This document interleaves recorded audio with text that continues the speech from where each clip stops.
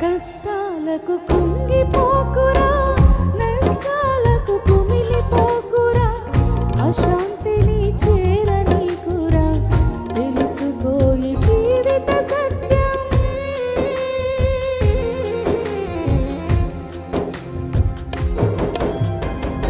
కష్టాలకు కృంగిపోకురా, నష్టాలకు కుమిలిపోకురా, అశాంతిని చేరనీకురా, తెలుసుకోయి జీవిత సత్యం.